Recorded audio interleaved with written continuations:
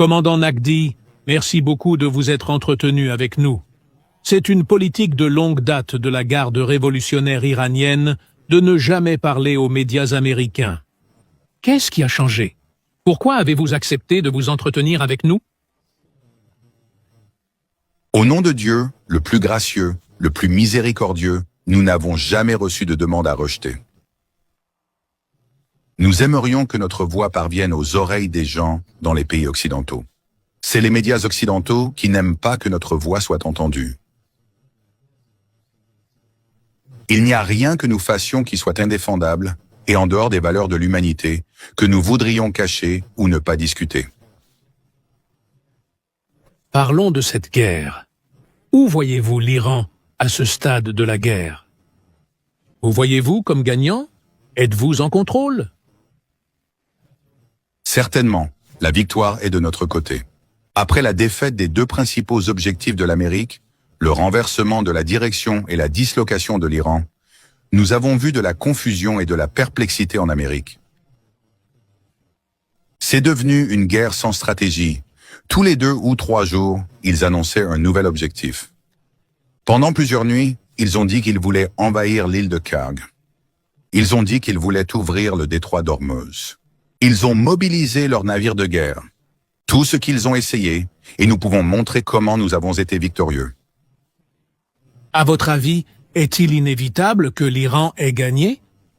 Non, nous n'avons pas encore atteint notre objectif final. C'est clair. Jusqu'à présent, nous sommes victorieux. À l'avenir, nous continuerons à être victorieux. Plus cette guerre dure, plus nous acquérons d'expérience. Nous n'avions jamais vu de vraie guerre pour acquérir une véritable expérience pour apprendre à combattre l'Amérique. En ces 5 mois, nous avons appris comment. Nous avons également vu comment l'armée américaine est plus faible que ce que nous percevions. Est-ce l'objectif de l'Iran de prolonger cette guerre? Peut-être attendre que M. Trump soit hors de ses fonctions? Écoutez, nous devons atteindre la dissuasion pour que l'ennemi n'ose jamais nous attaquer, afin que nous puissions vivre en sécurité. Une façon est de prolonger cette guerre jusqu'à ce que nous arrivions au prochain mandat présidentiel et causions de l'usure, afin que si quelqu'un d'autre veut attaquer l'Iran, il sache qu'il y a un coup. Cette semaine, à au moins 2 reprises, peut-être plus, les forces iraniennes ont attaqué des navires non militaires qui tentaient de traverser le détroit d'Ormuz. Quel est l'objectif de l'Iran en attaquant des navires civils? Quand nous sommes en guerre, les navires doivent passer par une région que nous pouvons contrôler. Quand ils quittent une zone que nous contrôlons, il se peut qu'ils transportent des fournitures pour l'ennemi. Ne voyez-vous pas cela comme une violation du droit international, attaquer des navires civils? Quand vous êtes en état de guerre, toute voie jugée menaçante, nous pouvons la contrôler. C'est le droit international. Partout dans le monde où il y a guerre, cette loi existe. Une de vos armes les plus efficaces dans cette guerre a été vos missiles et vos drones. Les rapports disaient qu'avant la guerre, vous aviez environ 3000 à 4000 missiles.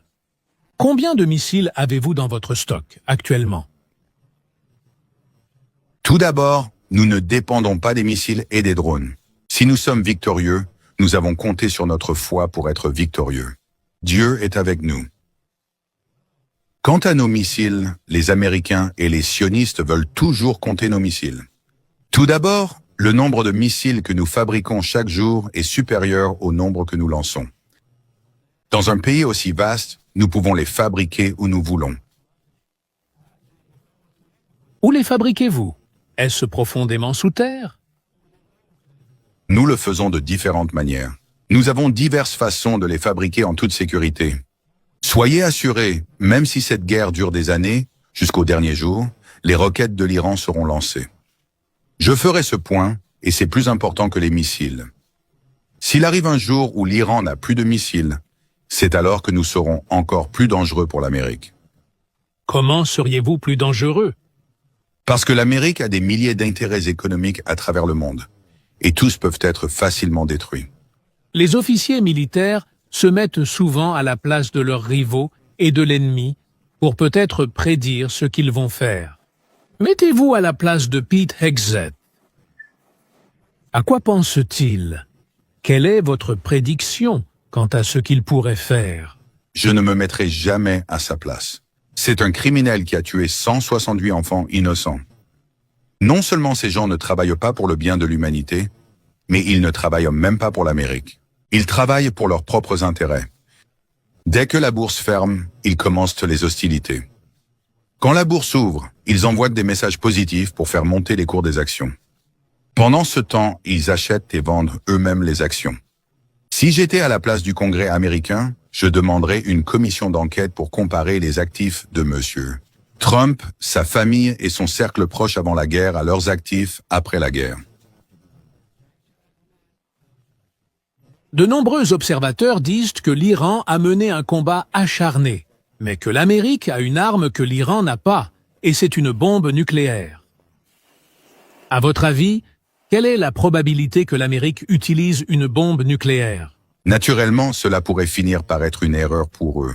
Le matin après avoir utilisé une bombe, toutes les bases militaires américaines dans le monde seraient occupées. Aujourd'hui, les choses sont différentes de la Seconde Guerre mondiale. Les peuples du monde se sont réveillés. Personne dans le monde ne permettra qu'un tel crime soit commis, car la prochaine fois, cela pourrait être eux-mêmes. Washington a longtemps affirmé que l'Iran est une menace pour Israël. Israël dit que l'Iran veut construire une bombe pour détruire Israël. L'Iran veut-il détruire Israël? L'Iran n'a qu'une chose à dire sur la Palestine occupée, et c'est quelque chose que notre leader martyr a également dit. La direction là-bas doit être choisie sur la base d'un vote majoritaire par les personnes qui sont liées à cette terre.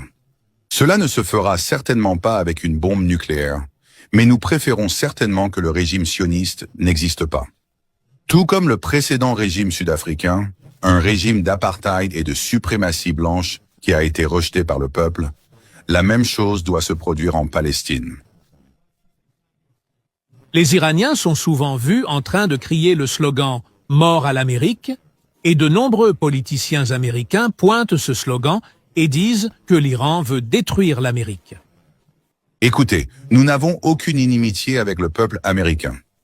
Alors, que signifie ce slogan? Le sens de mort à l'Amérique signifie la mort à la direction de l'Amérique. Une direction qui a envahi ou violé plus de 70 pays depuis qu'elle est devenue une superpuissance. De plus en plus, de nombreux observateurs à l'intérieur et à l'extérieur de l'Iran disent que si l'Iran possédait une arme nucléaire, l'Amérique ne l'attaquerait pas, que cela serait un moyen de dissuasion. Le corps des gardiens de la Révolution, l'Iran discute-t-il même de la possibilité de poursuivre une bombe nucléaire? Je vais le dire clairement, notre bombe nucléaire est le cœur des peuples du monde que nous avons conquis en combattant l'oppression. Les valeurs islamiques et les valeurs divines de la révolution islamique s'emparent du monde. Il n'y a pas besoin de bombes nucléaires, il n'y a pas besoin de massacres. Après la mort du défunt guide suprême, son fils, Mojtaba Khamenei, a été nommé guide suprême. Mais pendant cette guerre, il n'a jamais été vu en public. Pouvez-vous nous dire pourquoi? La stratégie lui appartient. Notre ennemi est criminel et ne respecte aucune loi. Alors, est-ce pour des raisons de sécurité? Naturellement, c'est pour des raisons de sécurité. Certainement, il n'y a pas d'autre raison. L'avez-vous vu? Laissons cette question de côté. Commandant Nagdi, merci beaucoup pour... Je vous en prie, je vous remercie également.